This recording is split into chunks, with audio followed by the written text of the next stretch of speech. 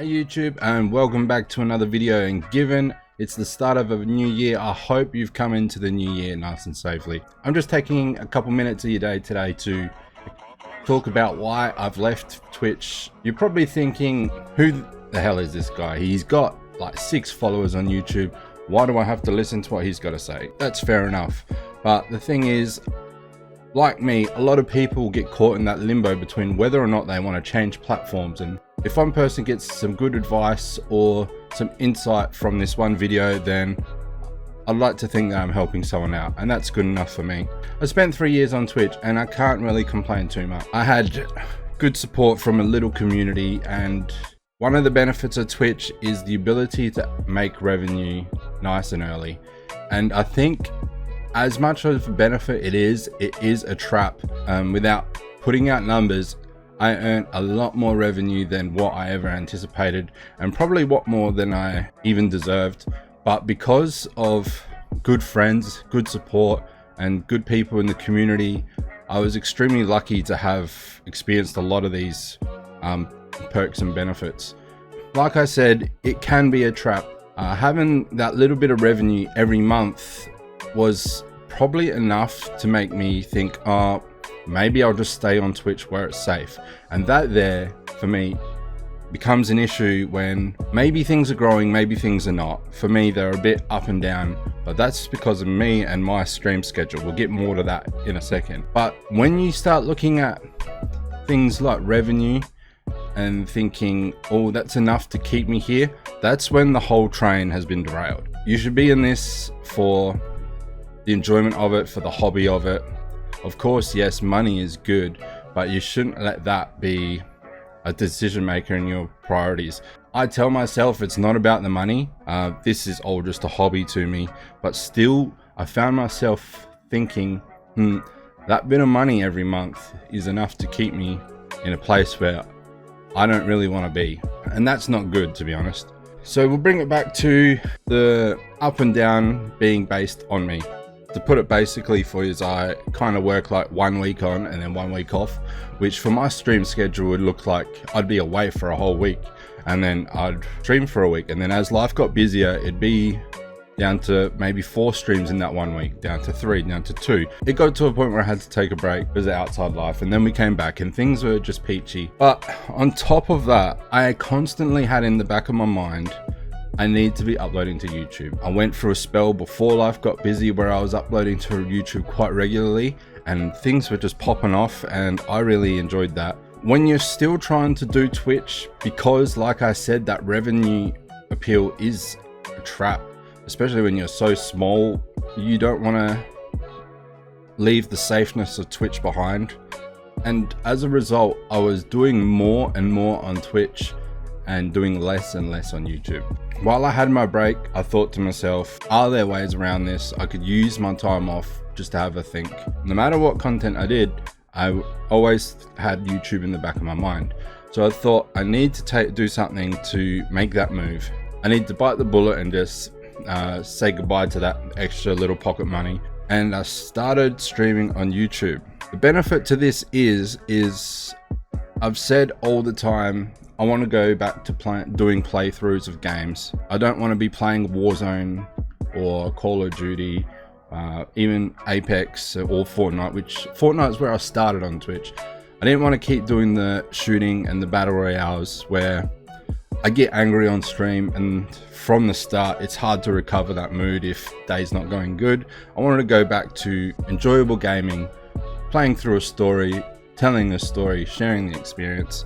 Because I wanted to do the uploads on YouTube, I thought I'd have a crack at streaming. We can stream kind of like an episodic format. That way they count towards uploads as well, because they stay on your channel. They're probably longer than a normal playthrough video because I don't do all the editing in between, but they're about an hour, hour and a half episodes. Then you can use the end screens to move your viewers to other videos on your channel, or just the next episode or playlist, which in turn helps your channel grow. The streams have been good. It's hard for me to tell everyone on Twitch oh, come over to YouTube, this is where I'm at now. I just put everything out on Twitter, which not everyone's on Twitter. Going with starting again, things are growing. If I want to compare my first month now on YouTube, viewership and growth has been far more probably for the whole of 2021. That being said, it's a mixture of uploads and the streams. The streams itself are probably on par or less.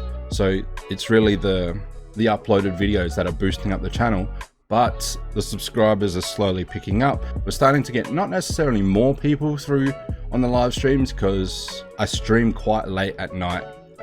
For a lot of Australian viewers, it's late for them. So what I'm trying to say is we're not necessarily getting more viewers through the channel, but we are getting new people, which is good. It's a sign of growth. I've had a couple people who have gone back over VODs because we're doing like a game playthrough. They take kind of an interest in the story and want to catch up, even if they're just watching the start and the end of each episode. They're getting to catch up and follow along for the story. A lot of my friends are in the same industry as me, so they couldn't tune into my live stream because they'd be at work. I found a couple people telling me they'd go back over and watch VODs, so that clicked in my mind that maybe if I were to do YouTube, those streams or uploads are there for them to go back and look at whenever they want, not just within the certain amount that Twitch leaves them archived, and then maybe a bit longer if it's available for subs, you know. But then again, you're charging them money or a free Twitch Prime sub just to have that extra archive time. To me, it doesn't seem worth it when like charging people who support you. I don't know, it sits different with me. So again, without wanting to become too much of a broken record, I'm sure there's other people out there who are in that indecisive period where they're thinking about moving platforms. And I tried to avoid going on all the negativity that you can experience on Twitch. I don't want to sell the point that Twitch is this bad entity and you should all come to YouTube. I'd rather just appeal to what was convenient about YouTube for me, and hopefully someone else can relate to that. The ability to leave your uploads up forever, that's good for me. Like I said, I'm busy, so I stream at strange times, but because I'm doing like episode playthroughs, I can stream late at night and just do that 1 to 2 hour stream rather than sitting on Twitch for 4 to 6 hours like I used to. I've changed the games I'm playing, which yes, I could have done on Twitch, but my personal impression of Twitch is that you got to be playing what appeals to the masses to grow that interest. I could be wrong. Call me out on it if you want, but whenever I think of I want to watch gaming playthroughs or walkthroughs or hints and tips, I always think YouTube. Let me know if you're the same. Let me know if you think I'm completely wrong and I could have made that work on Twitch. And lastly, it's the ability to combine different formats of content on the same channel. I know a lot of creators today want to diversify into different channels based on what they got. I'm small channels, so I still believe that'll be counterproductive for me at this stage. The bigger channels benefit from having like a main channel, a second channel, a gaming channel, a react channel, whereas for me it's better to just focus on the one. But that being said, there are YouTubers who are succeeding on the one. The different formats I'm talking about is I can have my, of course, gaming videos. I've done unboxings on there before. I've done unboxing since we've made this change. I'll continue to do those. We've done stuff like tier lists and reactions, like they were always fun. Again, the fact I could either do the streams, the uploaded videos, which I'll be doing a mixture of those two, and then I could still do the shorts should I choose to return to the short form media. But that is essentially it. Why I left Twitch for YouTube. I just want to use the last part of this video to say thank you to everyone who was on that 3-year ride. There's all the people from Twitch who did support me in ways of subs and sharing and hosting and raids and bits, all that fun stuff. Even though I've kind of spoken about revenue a bit negatively in this video, again, it is appreciated. Anyway, this is going longer than the 2 minutes that I promised. If this is your first video or you've been here for a while, thank you for spending your time with us. I hope you are looking after yourself, and I'll catch you very soon in the next one. Bye.